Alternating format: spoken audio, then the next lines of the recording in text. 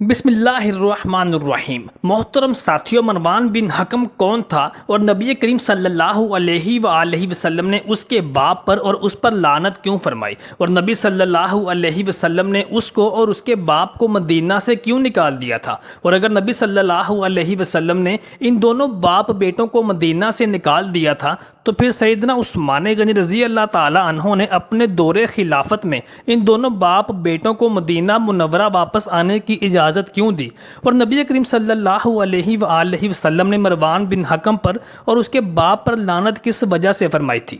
محترم ساتھیوں، آج کی ویڈیو میں ان تمام باتوں کا جواب صحیح مستند احادیث اور روایات کے ساتھ دینے کی کوشش کریں گے۔ آپ سے گزارش ہے کہ ویڈیو کو آخر تک ملاحظہ فرمائیے گا۔ محترم ساتھیوں، حکم بن ابی عاص بنو امیہ سے تھا اور یہ سیدنا عثمان غنی کا سگا چچا تھا۔ حکم بن عاص پر نبی صلی اللہ علیہ وسلم کی لعنت فرمانے کی وجوہات یہ تھیں کہ یہ نبی صلی اللہ علیہ وسلم کے حجرے میں جھانکتا تھا جس وقت آپ صلی اللہ علیہ وسلم اپنی ازواج مطہرات کے ساتھ تخلیہ کی حالت میں ہوتے تو یہ اندر جھانکنے کی کوشش کرتا۔ ایک دفعہ نبی کریم صلی اللہ علیہ وآلہ وسلم کہیں تشریف لے جا رہے تھے تو یہ آپ صلی اللہ علیہ وآلہ وسلم کے پیچھے پیچھے آپ کی نقلیں اتارتا ہوا آپ کی طرح چلنے کی مزاحیہ کوششیں کرتا ہوا پایا گیا۔ اس کے علاوہ نبی صلی اللہ علیہ وسلم اور آپ کے صحابہ کرام کے ساتھ آپ کی ہونے والی عسکری اور غیر عسکری میٹنگز میں ہونے والے اہم نقطوں کو یہ نوٹ کرتا اور منافقین تک پہنچا کر مسلمانوں کے درمیان پھوٹ اور فتنے ڈلوانے کی کوششیں کرتا۔ اس طرح کی سازشوں اور شرارتوں کی وجہ سے نبی صلی اللہ علیہ وسلم نے فرمایا کہ حکم بن عاص پر اور اس کی اولاد پر اللہ کی لعنت ہو، اور آپ صلی اللہ علیہ وآلہ وسلم نے اس کو مدینہ سے نکال دیا۔ محترم ساتھیوں، یہاں پر یہ بات یاد رکھنا بہت ضروری ہے کہ مروان بن حکم جو کہ حکم بن ابی کا بیٹا تھا، نبی صلی اللہ علیہ وسلم نے اس پر براہ راست لعنت نہیں فرمائی، کیونکہ نبی صلی اللہ علیہ وسلم نے جب اس کے باپ پر لعنت فرمائی تو اس وقت یہ 8 یا 10 سال کا بچہ تھا، لیکن نبی صلی اللہ علیہ وسلم نے اس کے باپ پر لعنت فرمانے کے ساتھ ساتھ یہ بھی ارشاد فرمایا کہ اس کی اولاد پر بھی لعنت ہے، تو نبی صلی اللہ علیہ وسلم کی لعنت کے زمرے میں مروان بن حکم بھی آتا ہے۔ محترم ساتھیوں، اب بات کرتے ہیں کہ سیدنا عثمان غنی نے اس کو مدینہ منورہ واپس کیوں بلایا۔ محترم ساتھیوں، جیسا کہ ہم جانتے ہیں کہ حکم بن عاص حضرت عثمان غنی رضی اللہ تعالی عنہ کا سگا چچا تھا اور آپ کے دور خلافت میں یہ بہت بوڑھا ہو چکا تھا، تو سیدنا عثمان غنی نے اس کو اور اس کے بیٹے مروان بن حکم کو واپس مدینہ بلا لیا اور ان کو اپنا منشی اور نائب مقرر کر دیا اور اپنی مہر بھی انہی کے سپرد کر دی، یعنی اپنی حکومت کے بہت سے اہم امور میں ان کو اپنے شامل حال رکھا۔ سیدنا عثمان غنی رضی اللہ تعالی عنہ کی اس اجتہادی خطا کا نتیجہ یہ نکلا کہ یہ حکم بن ابی اور مروان بن حکم ہی حضرت عثمان غنی رضی اللہ تعالی عنہ کی شہادت کا باعث بھی بنے۔ یہاں پر کچھ ضعیف روایتوں میں یہ بھی کہا جاتا ہے کہ سیدنا عثمان غنی رضی اللہ تعالی عنہ نے اس کو اس لیے مدینہ واپس بلایا تھا کہ سیدنا عثمان غنی نے نبی صلی اللہ علیہ وسلم سے اجازت لے لی تھی، لیکن خلیفہ اول اور خلیفہ دوم نے سیدنا عثمان غنی کے کہنے پر ان دونوں کو مدینہ نہ آنے دیا۔ لیکن یہ بات عقل اور فہم سے باہر ہے کہ نبی صلی اللہ علیہ وسلم سے سیدنا عثمان غنی نے اجازت لے لی تھی، تو پھر دونوں خلفۂ راشدین نے نبی صلی اللہ علیہ وسلم کی اجازت کے باوجود ان کو مدینہ آنے سے کیوں روکا؟ لیکن ان احادیث کے راوی ضعیف ہیں کہ نبی صلی اللہ علیہ وآلہ وسلم کی اجازت کے باوجود خلفۂ راشدین نے ان کو مدینہ آنے سے منع کر دیا۔ ایک دفعہ مصر سے مسلمانوں کا ایک وفد سیدنا عثمان غنی سے ملاقات کے لیے مدینہ منورہ تشریف لایا۔ انہوں نے مصر کے اس وقت کے گورنر کے بارے میں کچھ شکایت کی اور عرض کی کہ آپ مصر کے گورنر کو بدل دیجئے۔ مروان بن حکم نے ایک تحریر لکھی اور مصر کے گورنر کو اس وفد کے قتل کرنے کا حکم دیا، اور اس تحریر کے نیچے سیدنا عثمان غنی رضی اللہ تعالی عنہ کی مہر لگا دی، جس سے یہ گمان ہو کہ یہ تحریر سیدنا عثمان غنی کی طرف سے لکھی گئی ہے۔ سیدنا عثمان غنی رضی اللہ تعالی عنہ کو جب پتہ چلا تو آپ نے کہا کہ واللہ میں نے ایسا کوئی حکم نہیں دیا۔ اب چونکہ سیدنا عثمان غنی رضی اللہ تعالی عنہ بہت نرم طبیعت کے مالک تھے، چنانچہ آپ نے مروان کی اس حماقت اور غلطی کو بھی معاف کر دیا، اور یہیں سے پھر فتنوں اور فسادات کو ایسی ہوا ملی کہ جس کے نتائج سیدنا عثمان غنی کی شہادت کی صورت میں برآمد ہوئے۔ حکم نے فتح مکہ کے بعد اسلام قبول کیا۔ سیدنا عثمان نے حکم کے بیٹے مروان کو اپنا سیکرٹری مقرر کیا۔ سیدنا عثمان کو اس پر بے حد اعتماد تھا، اس لیے مہر خلافت بھی اس کے سپرد کر رکھی تھی۔ جب آپ کے خلاف فسادیوں نے شورش پیدا کی تو حاکم مصر کے نام منسوب خط وغیرہ کی جال سازی کی ذمہ داری بھی اسی پر عائد کی جاتی ہے۔ شہادت عثمان غنی کے بعد مدینہ چھوڑ کر بھاگ نکلا اور معاویہ بن ابی سفیان کے ساتھ جنگ جمل اور جنگ صفین میں سیدنا علی رضی اللہ تعالیٰ عنہ کے خلاف لڑا۔ سیدنا طلحہ کی شہادت بھی اسی کے ہاتھوں ہوئی جو اسی کی فوج کے سربراہ تھے۔ امیر معاویہ کے برسر اقتدار آنے کے بعد اسے مدینہ کا گورنر مقرر کیا گیا۔ یزید کی موت کے وقت یہ مدینہ میں ہی مقیم تھا۔ جبیر ابن مطعم سے روایت ہے کہ ہم لوگ پیغمبر اسلام صلی اللہ علیہ وسلم کی خدمت میں حاضر تھے۔ ادھر سے حکم یعنی مروان کا باپ گزرا، اسے دیکھ کر رسول اکرم صلی اللہ علیہ وسلم نے ارشاد فرمایا کہ اس کے صلب میں جو بچہ ہے اس سے میری امت عذاب اور پریشانی میں مبتلا ہوگی۔ اس روایت کے بارے میں ابی حاتم کہتے ہیں کہ میں نے اپنے والد سے اس کے متعلق سوال کیا تو انہوں نے کہا کہ یہ روایت منکر ہے۔ ابن زبیر محاصرہ مکہ کے بعد حسین بن نمیر کی تجویز اور مشورے کو رد کر کے پہلی سیاسی غلطی کے مرتکب ہوئے تو انہوں نے مروان بن حکم کو مدینہ سے شام دھکیل کر دوسری بار پھر یہی غلطی کی اور یہی غلطی ان کی ناکامی کا باعث بنی۔ جب یزید کی وفات کی خبر مدینہ پہنچی تو حاکم مدینہ مروان بن حکم کی ہمت دیگر اموی افراد کی طرح اس حد تک پست ہو چکی تھی کہ اس نے عبداللہ بن زبیر رضی اللہ تعالیٰ عنہ کے ہاتھ پر بیعت کرنے کے لیے آمادگی کا اظہار کیا۔ اس کا بیٹا عبد الملک بھی بیماری کی حالت میں مدینہ میں موجود تھا۔ ابن زبیر نے بنو امیہ کے مظالم کے خلاف اپنی آتش انتقام اور نفرت کی روح میں بہہ کر مروان اور دیگر امویوں کو فوراً اسی حالت میں مدینہ سے نکل جانے کا حکم دیا۔ مجبوراً مروان نے عبد الملک کے ساتھ سفر شام کیا۔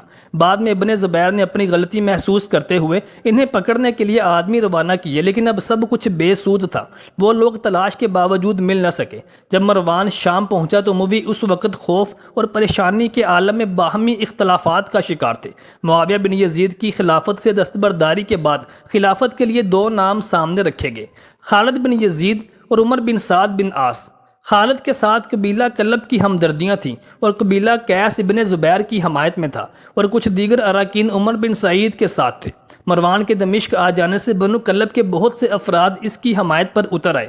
مروان اس صورتحال سے سخت پریشان تھا اور چاہتا تھا کہ ابن زبیر کی اطاعت کرے، لیکن عین اسی وقت عبید اللہ ابن زیاد نے پہنچ کر تمام نقشہ تبدیل کر دیا۔ اس نے مروان کو قریش کا سردار ہونے کی حیثیت سے عبداللہ بن زبیر کی بیعت کرنے سے منع کر دیا۔ مروان کو ابن زیاد کے مشورے سے حوصلہ ہوا اور ابن زبیر کی بیعت نہ کرنے کا فیصلہ کر لیا۔ بالآخر مقام جابیہ میں بنو امیہ کے حامی جمع ہوئے تاکہ کوئی متفقہ لاہ عمل اختیار کیا جا سکے۔ وہاں تمام بڑے بڑے اموی سردار اور عمائدین حکومت جمع تھے۔ چنانچہ بحث و تمہیز کے بعد فیصلہ یہ ہوا کہ مروان کو خلیفہ نامزد کر دیا جائے اور خالد بن یزید اور عمر بن سعد کو عدل ترتیب ولی عہد مقرر کر دیا جائے۔ وہیں مروان کے ہاتھوں پر بیعت کر لی گئی اور اسے 64 ہجری میں خلیفہ منتخب کر لیا گیا۔ مروان نے رمضان 65 ہجری میں 63 سال کی عمر میں وفات پائی اور عام خیال کے مطابق مروان کی وفات اس کی بیوی ام خالد کے ہاتھوں ہوئی۔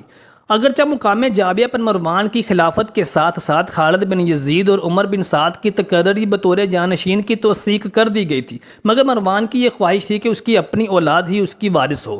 چنانچہ اس مقصد کے حصول کے لیے اس نے خالد کی بیوہ ماں کے ساتھ شادی کر لی جس کا تعلق بنی کلب سے تھا۔ مقصد اس طرح بنو کلب کی ہمدردیاں حاصل کرنا تھا۔ اس کے علاوہ انعام و اکرام دے کر اس نے بالآخر خالد اور عمر بن سعید کی تقرری منسوخ کروا دی اور علانیہ عبد الملک اور عبد عزیز کو اپنا جانشین مقرر کر دیا۔ مروان نے اسی پر اکتفا نہ کیا بلکہ خالد کو ذلیل کرنے کے لیے خالد اور اس کی ماں کے خلاف نازیبا الفاظ کا استعمال کیا جن کی شکایت خالد نے ماں سے کی۔ چنانچہ اس نے مروان کو زہر دے کر یا گلا گھونٹ کر مروا دیا۔ مروان نے اموی اقتدار کو از سر نو قائم کیا، ورنہ اموی حکومت کا خاتمہ صاف نظر آ رہا تھا۔ اس کا ایک بیٹا اور 4 پوتے خلیفہ یا بادشاہ بنے۔ مروان اور اس کے باپ حکم بن ابی العاص پر نبی صلی اللہ علیہ وسلم نے لعنت فرمائی۔ المستدرک الحاکم سنن نسائی الکبریٰ رقم سواق المحرقہ میں ہے کہ جب مروان پیدا ہوا تو رسول اللہ صلی اللہ علیہ وآلہ وسلم کے سامنے لایا گیا تو اللہ کے رسول نے فرمایا کہ یہ ملعون ابن ملعون ہے۔ بنی امیہ کو قریش کے سرداروں کو راز بتانے کے جرم میں اور محفلوں میں رسول اللہ کی نقلیں اتارنے کے جرم میں رسول اللہ نے حکم بن ابی العاص اور اس کے بیٹے مروان کو مدینہ سے نکال دیا تھا۔ سیدنا ابو بکر صدیق اور سیدنا عمر فاروق کی خلافت میں یہ مدینہ سے باہر ہی رہے۔ سیدنا عثمان غنی نے اپنی خلافت میں رسول اللہ صلی اللہ علیہ وآلہ وسلم کے حکم کی مخالفت کرتے ہوئے باپ بیٹے کو واپس مدینہ بلایا۔ سیدنا عثمان غنی نے حکم کے بیٹے مروان کو اپنا سیکریٹری مقرر کیا۔ سیدنا عثمان غنی کو اس پر بے حد اعتماد تھا، اس لیے مہر خلافت بھی اس کے سپرد کر رکھی تھی اور فدق بھی مروان کو دے دیا۔ زمانے کی ستم ظریفی دیکھیے کہ یہی مروان بعد میں حضرت زہر اسلام اللہ علیہ کی جاگیر فدق کا مالک بن جاتا ہے اور بنت رسول اللہ محروم۔ قتل عثمان کے بعد یہ مدینہ سے بھاگ نکلا۔ جنگ جمل، جنگ صفین میں حضرت علی علیہ السلام کے خلاف لڑا۔ معاویہ نے مروان کو مدینہ کا گورنر مقرر کیا تھا۔ امام حسن علیہ السلام سے روایت ہے کہ میں، حسن اور حسین علیہ السلام مروان کے پاس تھے، ایک دوسرے کو سب و شتم کر رہے تھے۔ سیدنا حسن علیہ السلام حسین علیہ السلام کو کچھ کہنے سے روک رہے تھے، لیکن مروان نے کہا کہ اہل بیت سب کے سب ملعون اور لعنتی ہیں، نعوذ باللہ۔ امام حسن علیہ السلام غضب ناک ہو کر فرمانے لگے، کیا اہل بیت سلام اللہ علیہ اجمعین ملعون ہیں؟ اللہ کی قسم، اللہ نے اپنے نبی صلی اللہ علیہ وسلم کی مبارک زبان سے تجھ پر لعنت کی ہے، اس زمانہ میں جب تو اپنے باپ کے صلب میں تھا۔ معاویہ نے مروان بن حکم کو مدینہ کا حاکم مقرر کیا تو اس نے سیدنا علی رضی اللہ تعالی عنہ پر مدینہ کی مسجدوں کے ممبروں پر کھڑے ہو کر لعنت اور طعن و تشنیع کروانا شروع کر دیا۔ ابو سعید خدری رضی اللہ تعالی عنہ روایت کرتے ہیں کہ نبی صلی اللہ علیہ وآلہ وسلم عید الفطر اور عید الاضحیٰ کے دن مدینہ کے باہر عیدگاہ میں تشریف لے جاتے تو سب سے پہلے نبی صلی اللہ علیہ وآلہ وسلم نماز پڑھاتے۔ نواب سے فارغ ہو کر آپ صلی اللہ علیہ وسلم لوگوں کے سامنے کھڑے ہوتے، تمام لوگ اپنی صفوں میں بیٹھے رہتے۔ نبی صلی اللہ علیہ وآلہ وسلم انہیں واعظ و نصیحت فرماتے، اچھی باتوں کا حکم دیتے۔ اگر جہاد کے لیے کہیں لشکر بھیجنے کا ارادہ ہوتا تو اس کو الگ فرماتے، کسی اور بات کا حکم دینا ہوتا تو وہ حکم دیتے، اس کے بعد شہر کو واپس تشریف لاتے۔ ابو سعید خدری رضی اللہ تعالیٰ عنہ نے بیان کیا کہ لوگ برابر اسی سنت پر قائم رہے، لیکن معاویہ کے زمانہ میں مروان جو مدینہ کا حاکم تھا، پھر میں اس کے ساتھ عید الفطر یا عید الاضحیٰ کی نماز کے لیے نکلا۔ ہم جب عیدگاہ پہنچے تو وہاں میں نے قصیر بن سلط کا بنا ہوا ایک ممبر دیکھا۔ جاتے ہی مروان نے چاہا کہ اس پر نماز سے پہلے خطبہ دینے کے لیے چڑھے، اس لیے میں نے اس کا دامن پکڑ کر کھینچا، لیکن وہ جھٹک کر اوپر چڑھ گیا اور نماز سے پہلے خطبہ دیا۔ میں نے اس سے کہا کہ واللہ تم نے نبی صلی اللہ علیہ وسلم کی سنت کو تبدیل کر دیا۔ مروان نے کہا، اے ابو سعید، اب وہ زمانہ گزر گیا جس کو تم جانتے ہو۔ ابو سعید نے کہا کہ باخدا میں جس زمانے کو جانتا ہوں اس زمانے سے بہتر ہے جو میں نہیں جانتا۔ مروان نے کہا، ہمارے دور میں لوگ نماز کے بعد نہیں بیٹھتے، اور اس کی وجہ یہ تھی کہ یہ مسجد کے ممبروں پر سیدنا علی رضی اللہ تعالی عنہ پر سب و شتم کرواتے تھے، اور اگر لوگ نماز پڑھ کر وہاں سے چلے جاتے تو سب و شتم کروانے کا کوئی فائدہ نہیں تھا، اس لیے انہوں نے نماز سے پہلے ہی خطبہ اور وعظ کرنا شروع کر دیا، اور اسی خطبے اور وعظ کی آڑ میں مولا علی علیہ السلام پر سب و شتم کرواتے تھے۔ محترم ساتھیوں، امید کرتے ہیں آپ کو ہماری آج کی ویڈیو پسند آئی ہوگی۔